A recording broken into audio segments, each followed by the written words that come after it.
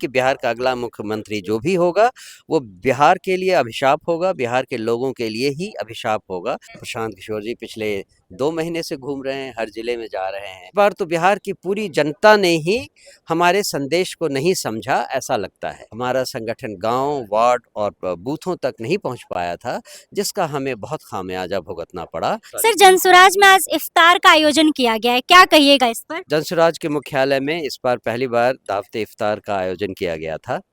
इस मौके पर मैं बिहार के अपने समस्त मुसलमान भाइयों और बहनों को रमज़ान पाक की शुभकामनाएं देता हूं और आगे आने वाले त्योहारों के लिए उन्हें बधाई देता हूं। ये और एक और मौका है जिसमें कि हमने बिहार में ये दिखाया है कि हम लोग साथ साथ हैं। हम लोग किसी जाति या धर्म की राजनीति में नहीं हैं। हमारे लिए बिहार में व्यवस्था को बदलना ही हमारे लिए राजनीति है और इस रास्ते पर चाहे वो किसी धर्म के लोग हों, किसी जाति के लोग हों, किसी वर्ग के लोग हों, हम सबको अपने साथ लेकर ही आगे बढ़ेंगे। लेकिन सर, एक सवाल है कि आप लोग दावत इफ्तार का आयोजन कर रहे हैं, लेकिन जो चुनाव हुआ उसमें कई सारे जो मुस्लिम समुदाय के कैंडिडेट थे उनको नहीं जिताया गया, इस पर क्या कहेंगे? नहीं, आपका सवाल थोड़ा सा कंफ्यूजिंग है। हमारे जो मुस्लिम उम्मीदवार थे उनमें से कोई भी नहीं जीत पाया क्योंकि हमारे पास ओवरऑल 0 सीट थी। बाकी अगर किसी दूसरी पार्टी की बात आप करती हैं तो उसको तो मैं कुछ कह नहीं सकता, लेकिन ये है कि हाँ, हमें मुसलमान भाइयों और बहनों से जो सपोर्ट की उम्मीद थी इन चुनावों में वो मिल नहीं पाई। पर मैं किसको किसको दोष दूं, क्योंकि इस बार तो बिहार की पूरी जनता ने ही हमारे संदेश को नहीं समझा, ऐसा लगता है।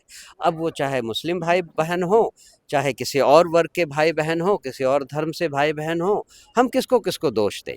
सिंपल सी बात यह है कि हमने एक व्यवस्था परिवर्तन का संदेश दिया था और तरह तरह से लोगों को समझाने की कोशिश की थी, लेकिन इस बार हम उनको समझाने में सफल नहीं हो पाए।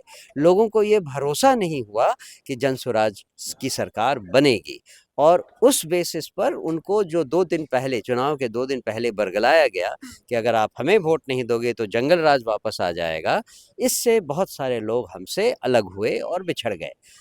चलिए, इस बार जो होना था वो हुआ।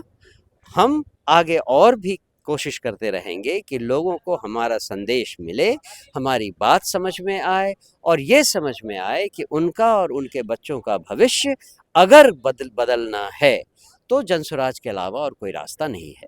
लेकिन कई लोग कह रहे हैं कि अब प्रशांत किशोर का कुछ पता नहीं चल रहा है, वो अब आगे कुछ नहीं करने वाले हैं। प्रशांत किशोर जी पिछले 2 महीने से घूम रहे हैं, हर जिले में जा रहे हैं। कल वो कहाँ गया और जहानाबाद होकर आए हैं। तो और आज अभी भी मीटिंग चल रही है, इसीलिए वो आज हमारे साथ आ नहीं पाए, लेकिन वो लगातार यहाँ हैं, बिहार में हैं और हम लोग फिर से अपना संगठन ज़मीन से खड़ी करने की कोशिश में लगे हैं, जिससे कि इस बार वो धोखा ना हो जो पिछले बार हुआ। हमारा संगठन गांव, वार्ड और बूथों तक नहीं पहुंच पाया था, जिसका हमें बहुत खामियाजा भुगतना पड़ा। हम कोशिश कर रहे हैं कि इस बार ऐसा ना हो। जनसुराज की आगे की प्लानिंग क्या है? बस यही कि अपना संगठन मजबूत करें और आगे आने वाले हर चुनाव में हम बढ़ चढ़कर हिस्सा लें, लोगों को ये दिखाएं कि अगर बिहार में बदलाव लाना है तो वो केवल विधायक बनकर ही नहीं, एक वार्ड सदस्य बनकर, एक ग्राम पंचायत का मुखिया बनकर, नगर पार्षद बनकर भी किया जा सकता है और वो हम करके दिखाएंगे। नीतीश कुमार को लेकर क्या कहेंगे?